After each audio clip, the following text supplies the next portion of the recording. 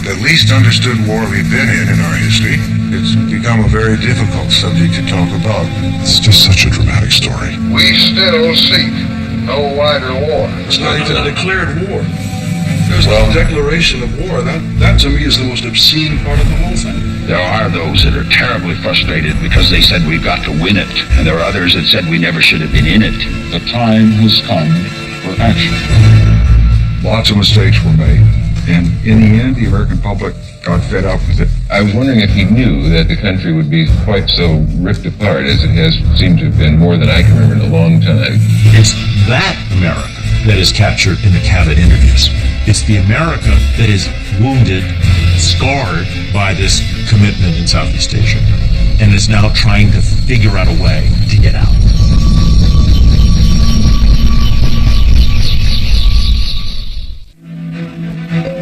This program was made possible in part by the Corporation for Public Broadcasting and by contributions to your PBS station from viewers like you. Thank you.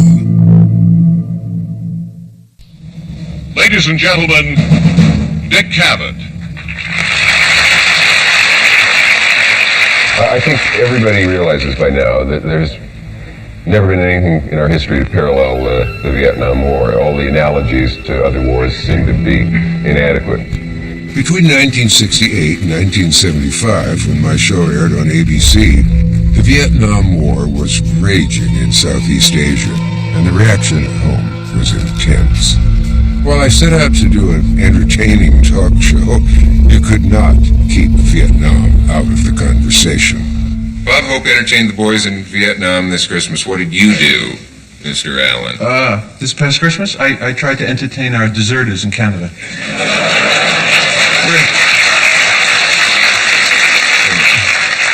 Did I hear a boo up there from somebody? Is there... Yeah. You know, you can come down here. If you disagree with me on any subject, we could come down here and sock each other in the mouth a couple of times. I must say it was kind of hard hosting a show with such a gigantic, controversial subject, but I didn't mind having a variety of opinion. I think it makes it a lot more interesting. We've gone completely down the wrong path. It's a disaster. I have my opinions and my feelings on this war. And I supported it from the start. I supported it while I was there, and I support it now. White America right now is spending $30 million a day in Asia. Black and white boys are dying unjustly for nothing just to free somebody else. Are you proud of the record that our bombers have made over there? No, I'm not. They haven't done enough. There are 3 fire zones in Vietnam. Free fire zone, limited fire zone, and a no-fire zone. What's free fire zone? Free fire zone means you can shoot anything that wiggles. Men, women, children, right? Anything. And that's the policy which you're here to defend tonight. I'm throwing myself in front of the show to tell you that we have a message, and we'll be right back. Debate over the war took a startling turn for all of us when top-secret government documents were suddenly leaked to the press. This weekend, portions of a highly classified Pentagon document came to light for all the world to see, brought cries of outrage from Washington. The New York Times began publishing parts of a voluminous report that the Pentagon had drawn up on the causes and conduct of American involvement in Vietnam. Boy, that phrase, the Pentagon Papers, really came in like a bomb when that happened. The papers themselves are part of a 47-volume Pentagon history entitled, the exact title is History of the United States Decision-Making Process on Vietnam Policy, which was commissioned by former Secretary of Defense Robert McNamara. The study was begun in 1967, and it was completed a year and a half later. It represents the work of some 36 government and civilian officials. Most of them were authorities on the Vietnam War, and the report was classified top secret. The data was so overwhelming that the readers of the Pentagon Papers concluded from reading it that the government was misleading itself all along, and that the government was not sure of what was going on. But despite that, the government kept giving the American people this sense that all was under control and that there was reason for optimism. We will stand in Vietnam. Until I got into college, I don't think I ever read an editorial. I was about as ignorant as you could get of world affairs. And then I heard I hear it in almost Lyndon Johnson's accent. Vietnam began to come into currency. Didn't know what it was, and like most Americans probably didn't know where it was, what the significance of it was. The leak of the Pentagon Papers forced Americans, including me, to look at our involvement in Vietnam in a completely new way. Most of us associate the war with the 1960s and 70s. In point of fact, as they say, it began with a bit of cloak and dagger at the end of the Second World War. Prior to World War II, Vietnam had been a French colony. After the war, Vietnamese patriots led by Communist leader Ho Chi Minh declared their independence and began an insurgency to drive out the hated French. In September 1945, Major Peter Dewey, an American working for the OSS, the forerunner to the CIA, arrived in an area of Vietnam known as Cochin China to assess the situation. I think Dewey's an absolutely fascinating figure. Here's somebody who has a Yale degree, who was fluent in French. Dewey, I think, saw already in 1945, this thing is just not going to go well, because Ho Chi Minh and his revolution are going to be extremely difficult to stop. And then he becomes basically the first American to be killed in this conflict. Shortly before his death, he filed one final report. Cochin China is burning. The French and British are finished here, and we ought to clear out of Southeast Asia.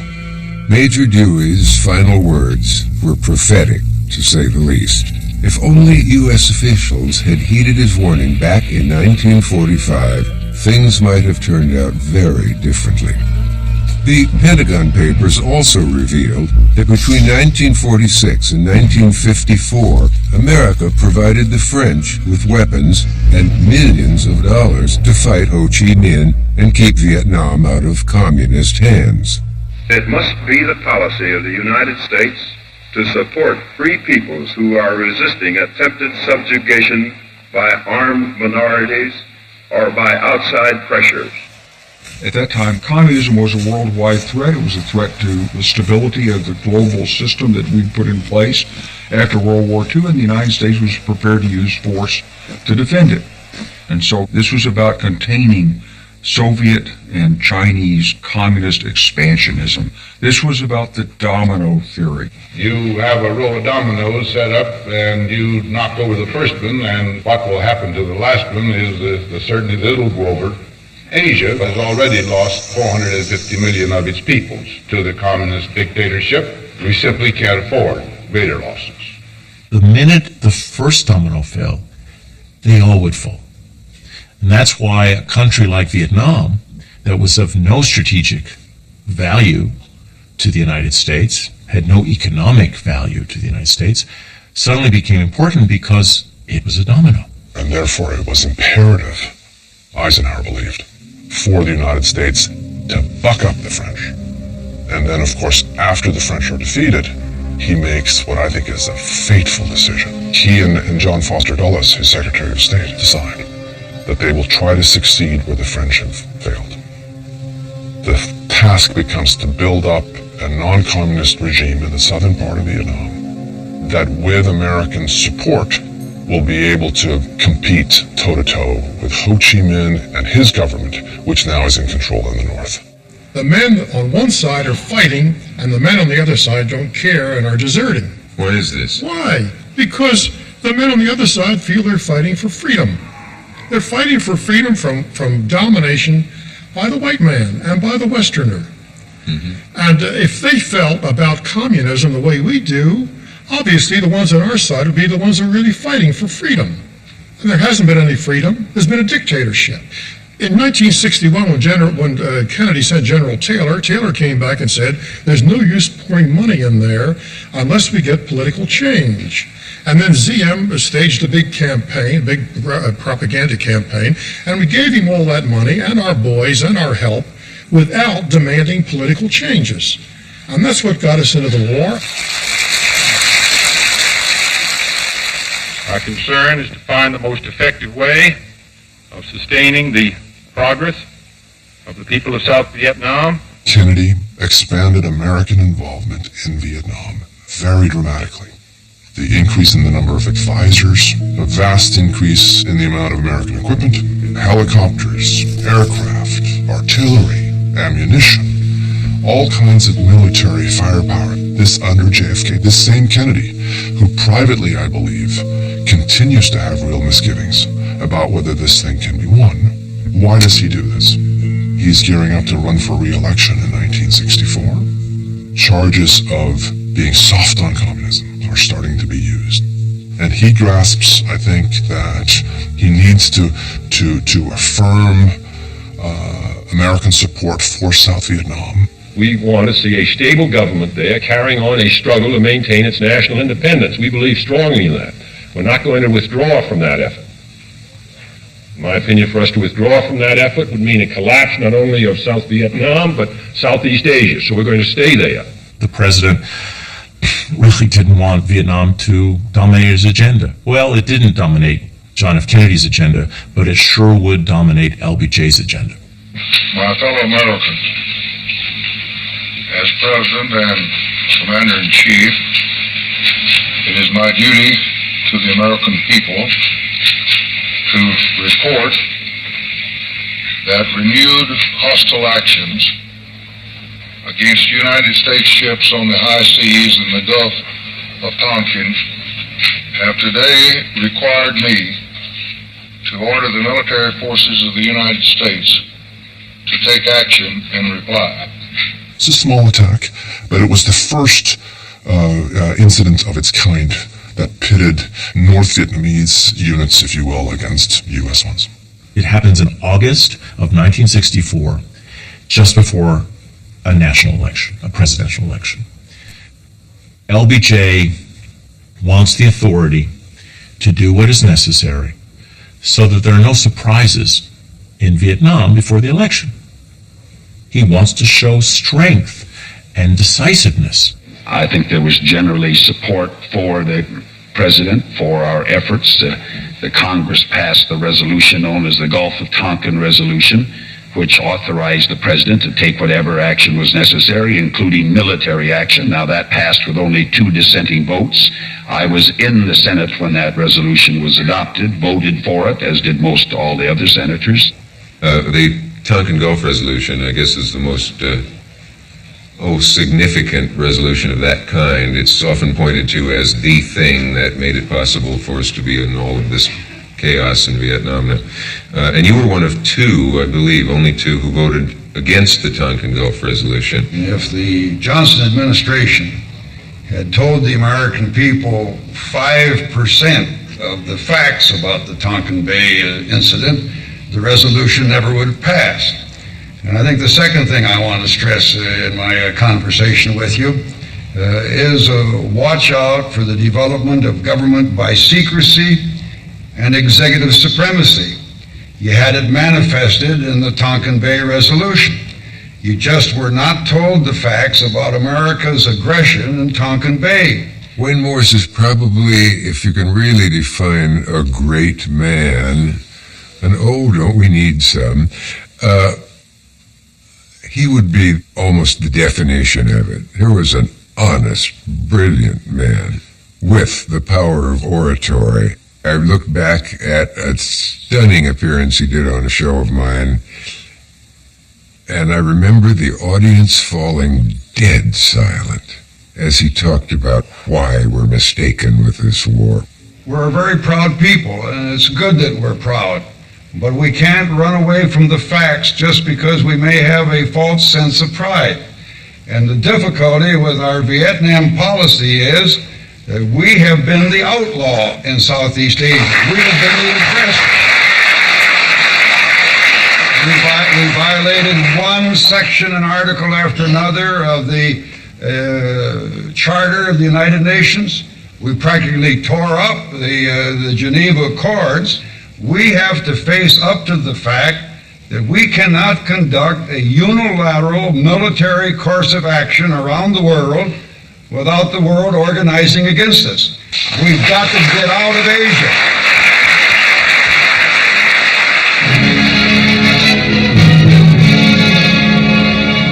Arriving to make known his new decisions on Vietnam, President Johnson explains his actions in these historic words. I have asked the commanding general, General Westmoreland, what more he needs to meet this mounting aggression.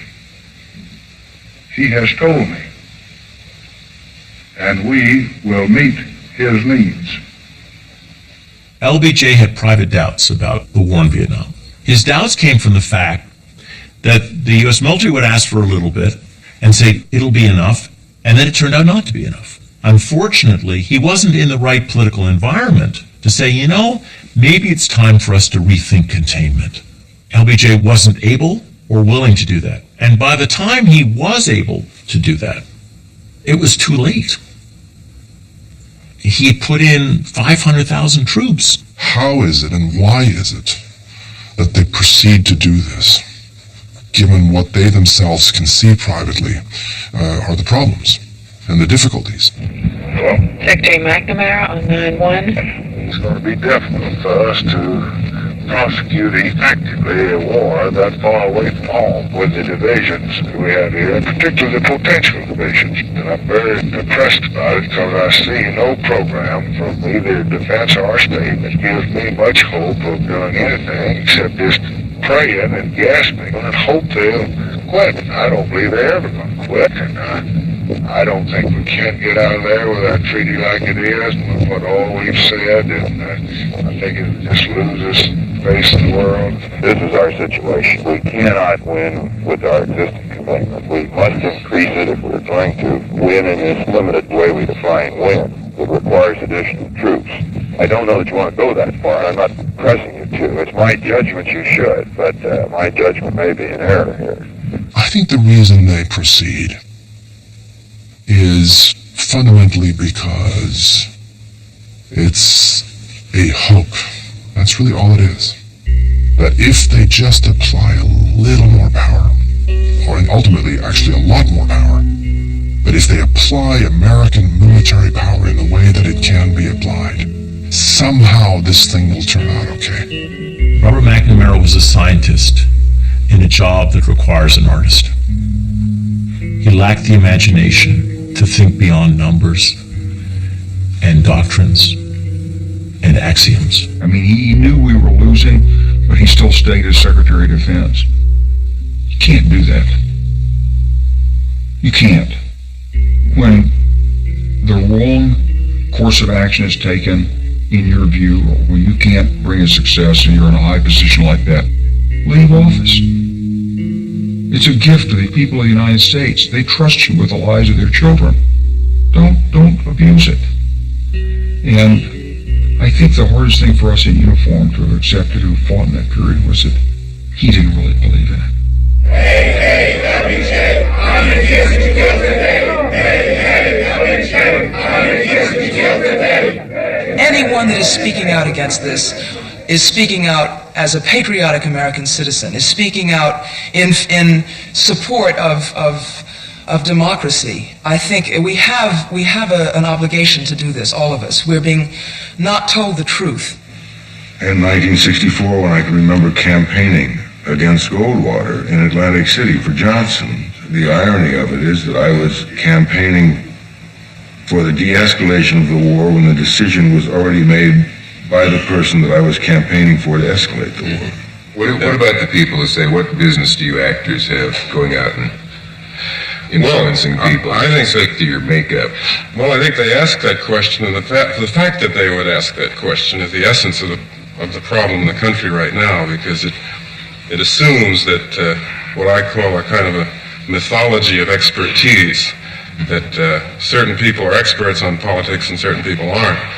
And I guess what's really gone wrong in the country, and particularly, naturally, you have to talk about the war over the past 10 years. We've all left it up to the experts. We all left it up to McNamara or to Johnson, whatever. Beatty basically understands the argument of David Halberstam's book, The Best and the Brightest, which is the best and the brightest of this country, at least as they were understood at the time, got us into this war and didn't know how to get us out of it. You know, we can't blame what's happened on Johnson and Nixon and the leaders. We have to blame it on ourselves. We weren't, I don't know about you, in 1963 I wasn't objecting to the war. I was busy trying to be a movie star and this and that. So I think we're all at fault in the country, and that I think the problem now in the country is an indifference. And I think that indifference is a result of the fact that we have been lied to by our leaders for 8 years, and we've lied to each other.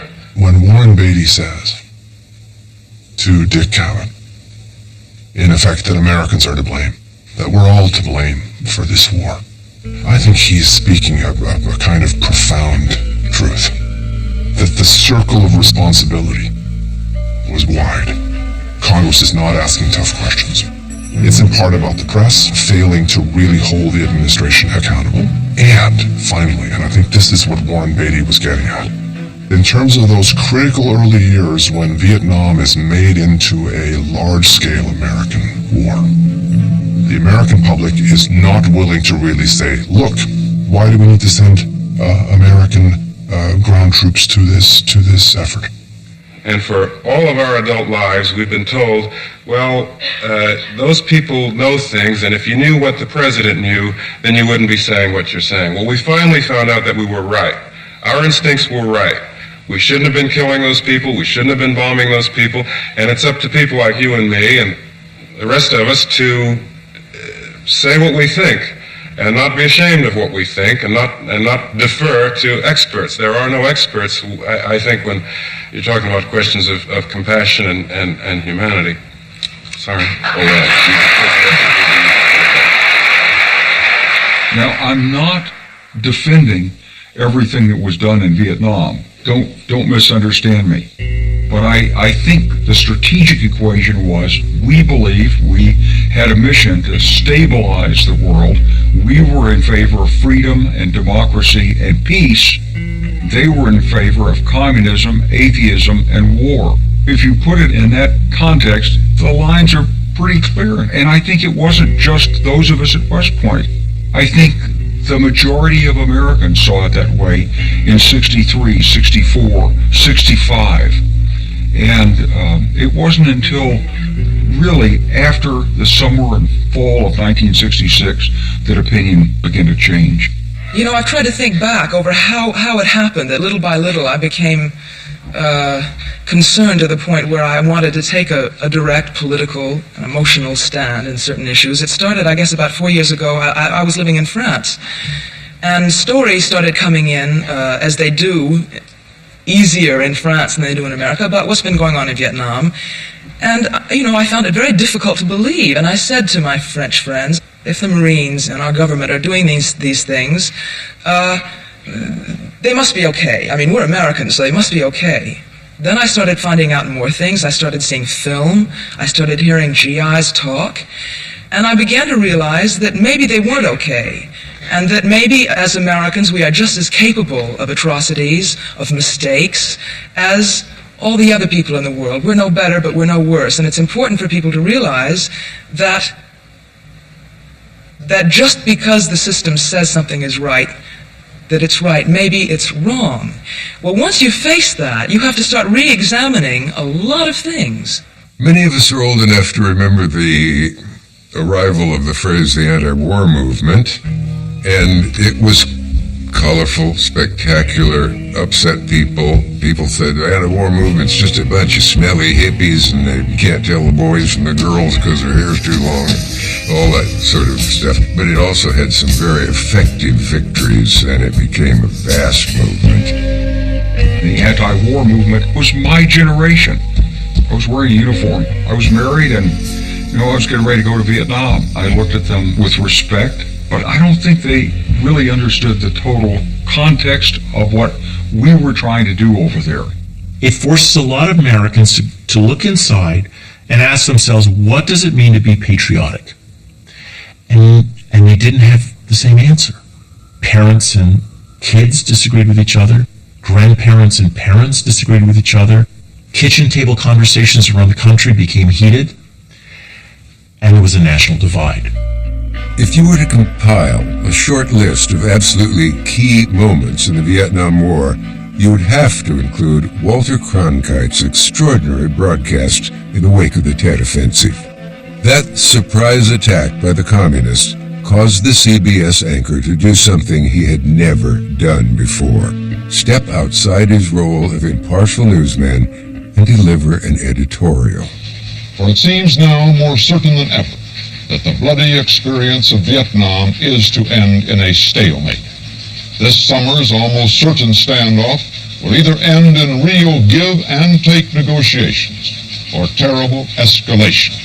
And for every means we have to escalate, the enemy can match us, and that applies to invasion of the North, the use of nuclear weapons, or the mere commitment of 100 or 200 or 300,000 more American troops to the battle. And with each escalation, the world comes closer to the brink of cosmic disaster. I mean, Walter Cronkite in Vietnam is a guy who, in 1965, is sort of on the team, goes out to Vietnam, does sort of good guy, G.I. Joe interview, soldier, where are you from? Do you like it out here, soldier? No, Mr. Cronkite, but I feel we kind of got to do the job out here. That's all right, soldier. What's your hometown? And then, of course, later, Walter is the guy who goes out at Tet and declares the war over. It's the first time in American history that a war has been declared over by an anchorman. That was a huge impact when Walter Cronkite, the most trusted man in America, couldn't apparently take it any longer and said, I'm going to have to... When he went out there and did that Tet reporting, it had a powerful effect on Lyndon Johnson, who didn't like most television reporters, but liked Walter. Thought Walter cared about his country, in the phrase of Lyndon. And in addition, if Walter, he knew that if he lost, he said, if I've lost Walter Cronkite, I've lost Mr. and Mrs. Average American. He also believed a little bit, he never believed the negative reporting that people like me were doing from there, but he believed that if Walter Cronkite was reporting negatively, then there had to be something to it. I think Lyndon Johnson, in a fascinating way, did anticipate that Vietnam would be his undoing. This is one of the tragedies of Johnson, because he saw that Americans were very much divided on this issue. And I think he feared that he would lose a full-scale national debate on the war. Good evening, my fellow Americans. I have lived daily and nightly with the cost of this war. I know perhaps better than anyone the misgivings that it has aroused. There is divisiveness among us all tonight. The house divided against itself is a house that cannot stand. Accordingly, I shall not seek, and I will not accept the nomination of my party for another term as your president. I was shocked by Johnson's words. I could imagine his staying on, winding up the war, and so on. But apparently that was not to be. It's a shame because it's such a cliche now, but he was such a potentially great president with his voting rights, all various things that he did do well, but this botched his presidency tragically. The time has come for the American people to turn to new leadership not tied to the mistakes and the policies of the past. And I pledge to you tonight that the first priority foreign policy objective of our next administration will be bring an honorable end to the war in Vietnam. Then Richard Nixon gets elected, promising to end the war. Now, he doesn't tell people how, and he lets this myth of having a secret plan propagate. But he doesn't know how to do it. Mr. Allen. Yes. Oh, yes. I was wondering about you on New Year's and your resolutions, because I remember you had made some once in the past that were... New Year's resolutions Did this you year? go in for that? I sometimes go in for it. My only New Year's resolution this year, I think I'm going to try and sleep through the Nixon administration. Will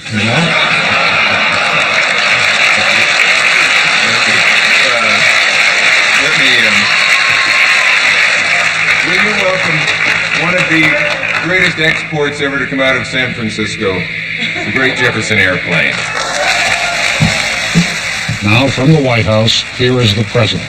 Since I took office 4 months ago, nothing has taken so much of my time and energy as the search for a way to bring lasting peace to Vietnam. I know that some believe that I should have ended the war immediately after the inauguration by simply ordering our forces home from Vietnam. This would have been an easy thing to do. It might have been a popular thing to do. But I would have betrayed my solemn responsibility as President of the United States if I had done so.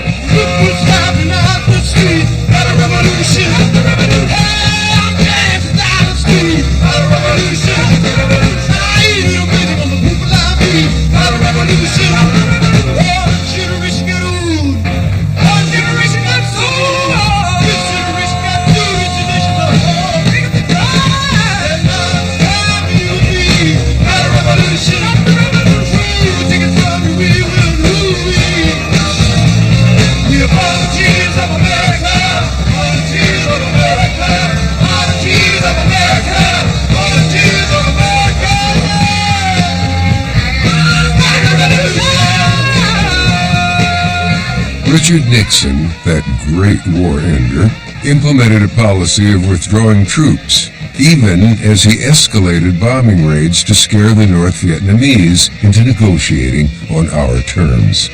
On April 30th, 1970, he announced the invasion of Cambodia to disrupt communist supply lines.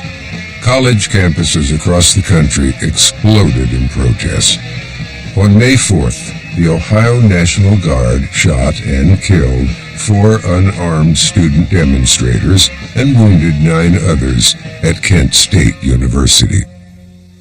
I do sit here night after night and not give my opinion at times when I would like to, because it does bore somewhat, and it is more interesting to see what the guests have to say, I think. But it seems to me that when you equate, as he did, at least in the public's mind, the war over there, where soldiers are shooting at enemy soldiers, with our other enemies of America on the campus, that a terribly unfortunate equation has been made there, which in some minds that are unable to make distinctions can result in shooting of soldiers by other soldiers, enemy, and shooting by National Guard people of teenage girls and young men, and I just think it's terrible. Well, I think that the situation in Kent is tragic and terrible. I couldn't use strong enough language to say how I feel about it. And I was just sick when I heard it. I went to my room and and knelt in prayer.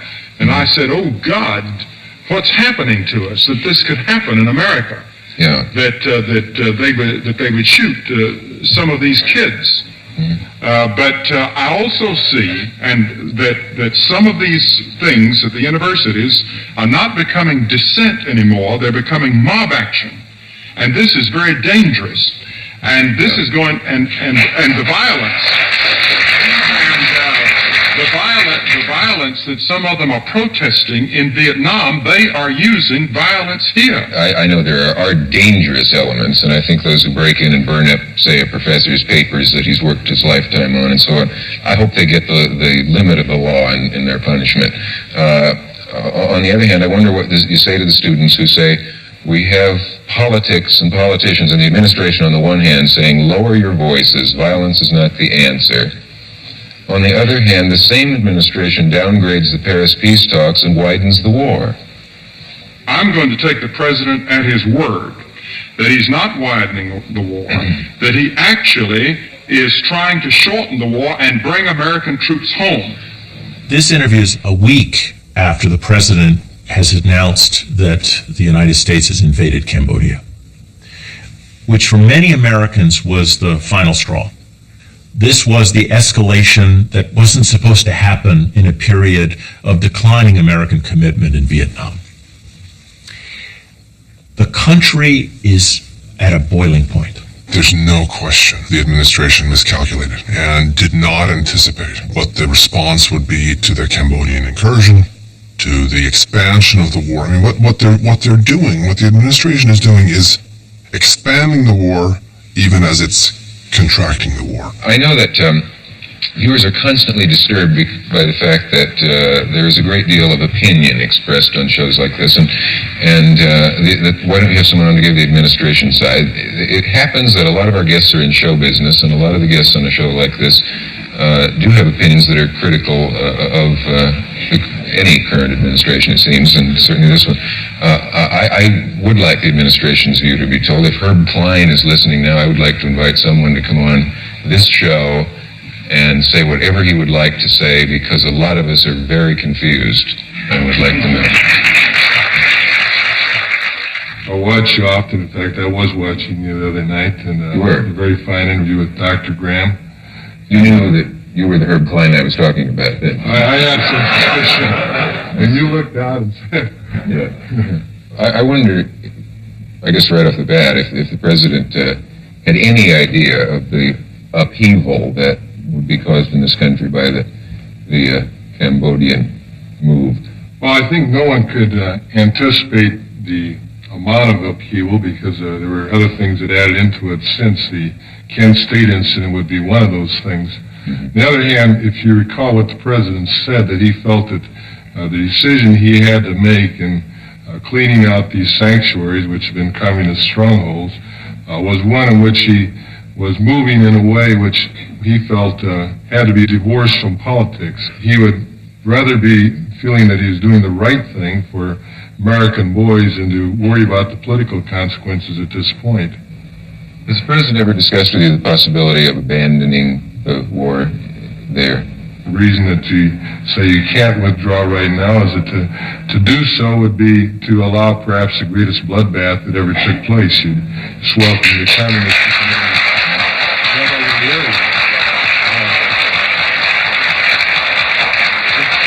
It should be understood that the only key objective we really have is to bring this. We like to negotiate a peace as rapidly as possible, and we like to see that people of South Vietnam have a free choice of their government.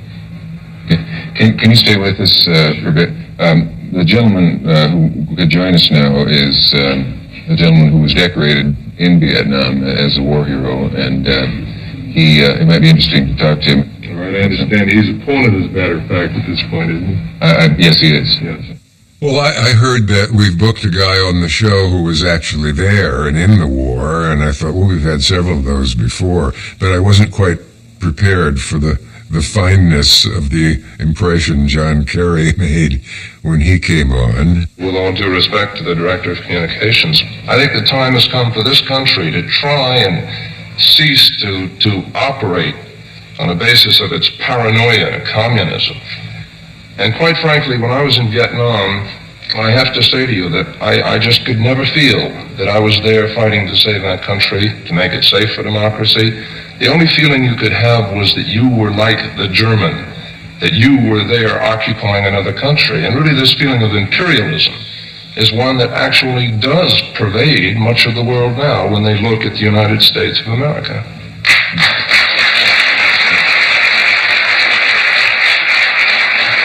What we have to recognize is the policy's changed since then, and the policy is to build up the ability of those people to defend themselves in their own area.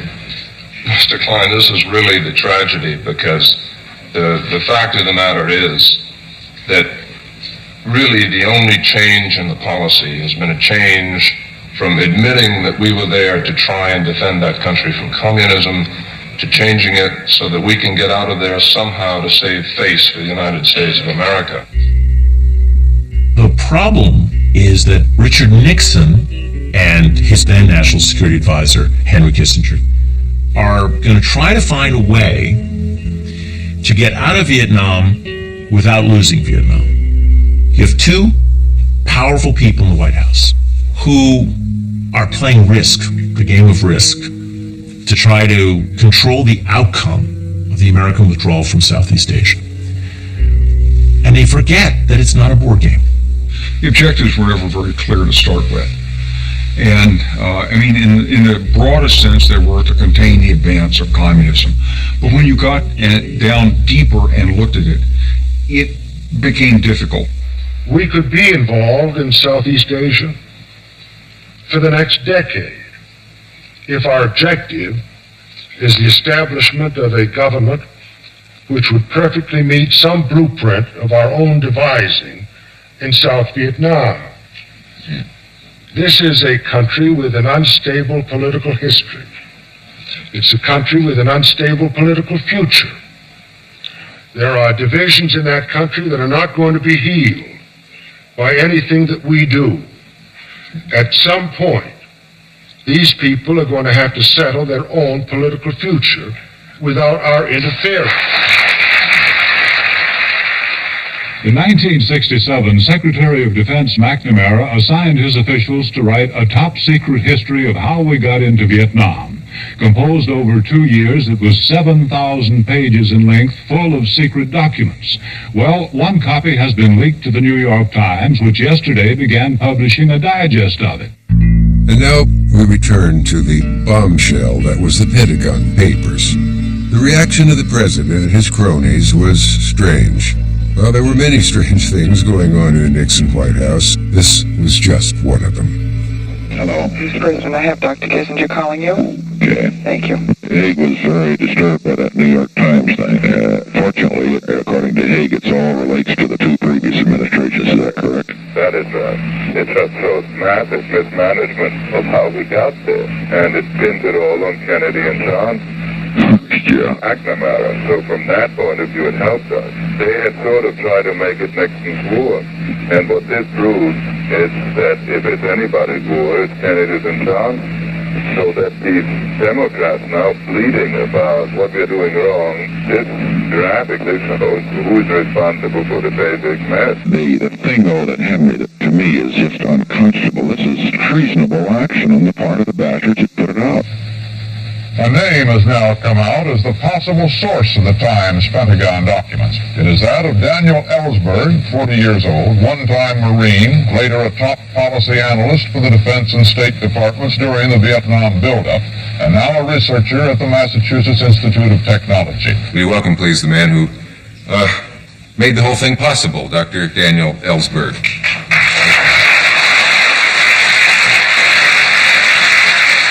Ellsberg himself has turned against the war and is feeling that this thing has to be ended. What can I do as somebody who was supportive of the war effort, who understood what was happening and turned against it? What can I now do to somehow help bring this thing to an end? I think that the very revelation of the papers strikes at the system of secrecy, which has in fact been essential to perpetuating this particular policy. It's a policy that I think no president has felt confident he could afford to expose to the public in a frank way and get public support. Could I ask you a kind of broad question then, of going back a bit, about when does the public have the biggest gripe coming about being knowingly deceived? That's very hard to answer. Yeah. We're talking about a record of 25 years of untruth, covering 5 administrations. One can ask, which years did that untruth involve the public in more or less killing and dying than in other years? And obviously that's been very high in the last few years. I think they have a gripe going back to the Truman administration, though, when it comes to the Truman's involvement of this country in the support of what the administration clearly recognized internally as American involvement in a French attempt to reestablish its colonial rule over Indochina. Yeah. No one wants responsibility for losing a war or for failing, as we have brought failure on ourselves in Indochina. No newspaperman, no congressman, no president, no member of the public. And that fear of responsibility has kept people who had the power to get us out from using that power as they should have, I think. The reaction to Ellsberg was from one extreme to the other. Guests were divided on it, too. My friend, as he became Barry Goldwater, was radically opposed to the release, and he was hardly alone. A man like Ellsberg, well, what kind of a man do you think he is? Well, I'd compare him to Benedict Arnold. Really? Well, it's against the law to take top secret material. That's as plain as that. It's like saying you can't drive 100 miles an hour down Broadway, but you do it. Now, you know you're violating the law when you do it, but in a case like Ellsberg, or whatever his name is, deliberately taking what he knew to be top secret materials, I don't care what his motivation was. I'm certain it wasn't money, and I have to, if he wants to keep saying that he was motivated patriotically, I'd have to question his idea of what patriotism is. Oh, I had people write in and say, it's obvious you're a commie on the one hand, and people writing in saying, I'm glad you agree with me and other right-wingers, believe it or not. My favorite piece of hate mail is from Waco, Texas, a prominent capital of hate mail, I learned. I remembered it accurately. My secretary tried to hide it from me. Dear Dick Cavett, you little sawed-off faggot communist shrimp. And there was a return address, and I wrote back, I'm not sawed off. It's a strange feeling I got yesterday when looking at the front page of the New York Times and saw Johnson and Nixon walking towards the library. And they looked so proud and happy. What great things they had done. Johnson lengthened the war 6 years. Nixon has started 3 wars since he's in there. He still, at one point you'd stopped reading the papers, he said. It was just, there was too much bad news. I don't read the news at night when I go to bed, because it's just a remake of what's been going on all day. Now, I want to hear it over again. Yeah. You know, and they show you a battlefield, and there are boys laying there dead and injured. And I don't want to see that when I go to bed at night. I have enough problems going to bed without that. Now we're finding that one of the terrible ironies of this war is that if it's, well, maybe the only thing worse than having to go to war is, in this case, to come home from it. After looking forward to the glorious day and get back home, a lot of the veterans have found that things turn pretty sour very fast for them. They've described themselves as confused and disoriented and unable to adjust, and strangers to their friends and to their parents, uncomfortable among their old friends, unemployed, treated as undesirables in many cases. They've said, some of them, that they've gotten heroes' welcomes that nauseated them because they didn't feel like heroes, and confusion, on the other hand, at people who called them murderers and didn't want them around. We're not sure what will happen tonight. We're not here to prove anything. We're not here to debate the rightness or the wrongness of the war that's been done everywhere, as you know. But we're going to talk to 4 guys who've been there. If we come up with any kind of common denominator, maybe that's all to the good. I don't know what will happen tonight. I know they don't all agree with each other. When you went over, you felt you were and we were and you were going to help. Right. When I went over there, I was over there December 13, 67. I came back January 30, 69. I was one of the lucky ones to be there for the big show, 68, the Tet Offensive, where a lot of people got rubbed out, you know. Mm-hmm. And I say this, you know, okay, you send all this money over there, the troops. The war could have been won by 1965 if the people in the White House, the governors, and what else have you up there, would stop playing around while they're trying to get a vote through or decide. There's guys 18 to 25 years old dying out there. And the decisions are too long. They play around too much. Well, they're playing with our lives. I was actually ashamed of taking part over there in Vietnam and being in the Army. I can say that's how I feel. I was ashamed of being over there. I was ashamed of being in the Army, for going over there. And I never got to go to jail before I'd go there again. That's how I feel. We've always heard that demonstrations in this country hurt the morale of the guys over there. Who wants to say whether it did or not? I know one demonstration, sir. I was in Vietnam on the November 1969 moratorium demonstration where everybody stuck a little ballot in a coffin with the names of somebody that was killed there, and that was something that I resented very intensely because I knew a lot of people that were killed there, and I resented anybody using their names because they felt a lot of different ways about the war, using their names for any reason at all, for any political reason. No, you got to understand something about this war.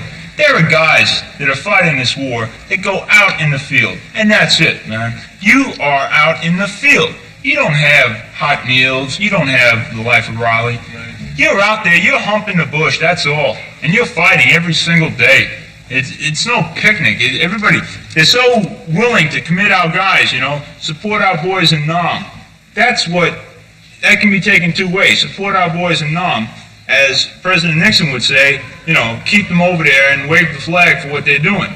But the guys over there, when they hear support our boys, that means one thing. At least it did with the Marines I was with. Bring me home. And if we think that when the last troops are out of Vietnam, that the war is really over, it really isn't. It's going to live in the hearts and minds of the people who've been there for the rest of their lives. It's going to affect their children. It's going to affect our entire culture and our society. There's a legacy from this war. There have been legacies from other wars, but this is a very special legacy. Oh, beautiful for spacious skies. In 1982, I was at the opening day of the Vietnam Veterans Memorial. I was in uniform as an Army Lieutenant Colonel. I had finished my battalion command. I was wearing my Purple Heart. It had been 12 and a half years since I'd been shot. I was basically over my wounds. And I looked, and there were all these people they were wearing grubby jungle fatigues and old field jackets, and they had first cab patches on them, and FTA and long hair, and they were out there too. I didn't understand it. I didn't understand it. Those were our people that were damaged by the war. They're the ones that didn't have the support system, the mentoring, the supportive family, the career opportunities, the sense of purpose that I carried to it. They were just there because the country asked them to be there. And there was a terrible impact. I have asked for this radio and television time tonight for the purpose of announcing that we today have concluded an agreement to end the war and bring peace with honor in Vietnam and in Southeast Asia. The Vietnam War officially ended in January of 1973. National Security Advisor Henry Kissinger and his Vietnamese counterparts from the North and South signed peace accords in Paris. However, the North Vietnamese broke the ceasefire almost immediately. Fighting continued until 1975, when the North finally conquered the South and reunited the country under communist rule. Suppose a parent of someone killed in the Vietnam War said to you, Mr. Kissinger, tell me one reason, since politics deals in results, tell me one result that we have of that makes it worth the death of my son. Well, of course, you have to remember when we came into office, 32,000 had already been killed. True. And when we were in office, to be sure, 14,000 more were killed. However, 9,000 of those in the first year, where no matter what we did, would not have been able to change the situation. So what we attempted to do is to extricate the United States from this war without at the same time creating such a crisis of confidence in the United States. We attempted to achieve what we considered an honorable solution, in which we withdrew about 150,000 troops a year, and the one requirement we made is that we would not overthrow a government that our predecessors had put into office. We hadn't put it into office. When you watch the Kissinger interview, you'll notice he talks about how people didn't understand what he and Nixon were doing and how they felt they had to do this to withdraw. And Kissinger in this interview with Cavetts doesn't seem to show any emotional intelligence about the consequences of his strategic thinking. Can't you just about give a yes-no answer to the Vietnam War was not worth it? You have to ask yourself when, at what point. I go back to 65. Was it worth it to put 550,000 troops into Vietnam?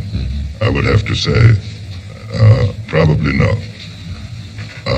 Was it worth it for us to attempt to extricate ourselves honorably? I would have to say in retrospect, yes. That was the problem that we faced. In terms of what the war means for Americans today, I think it continues to be, to some extent, an open wound in the American body politic. Indeed, one could argue that some of the divisions in our country today were a product of the Vietnam period, because the Vietnam quagmire always comes back whenever people begin to doubt that there's an exit strategy. One of the lessons for everyone, including the military, of Vietnam was don't get into something unless you know how to get out of it. I served at West Point, and then we were sending fine young men over to that war, and I served in that war, and I saw fine young men not come home.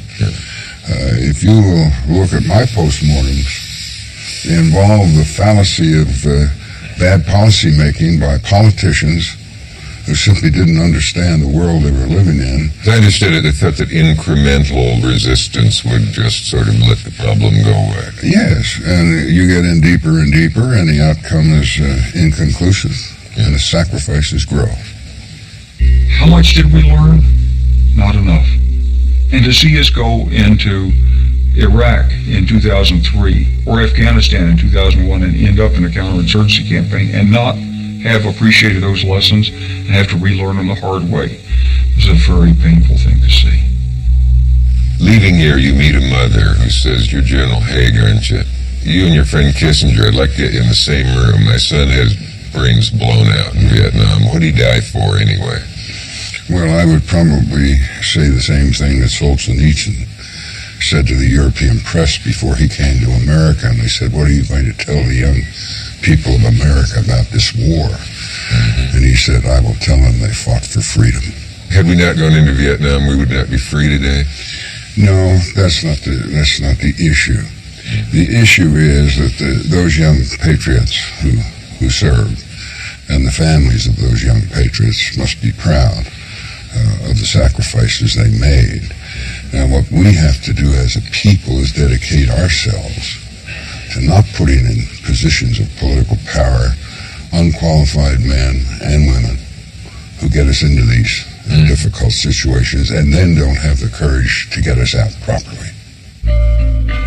I've had so many compliments about you were brave enough to have this on about the war and that, and first one to have veterans, and the first one to the phrase cutting edge inevitably comes up. But I didn't consciously do that. I just couldn't imagine how you could not. This program was made possible in part by the Corporation for Public Broadcasting and by contributions to your PBS station from viewers like you. Thank you.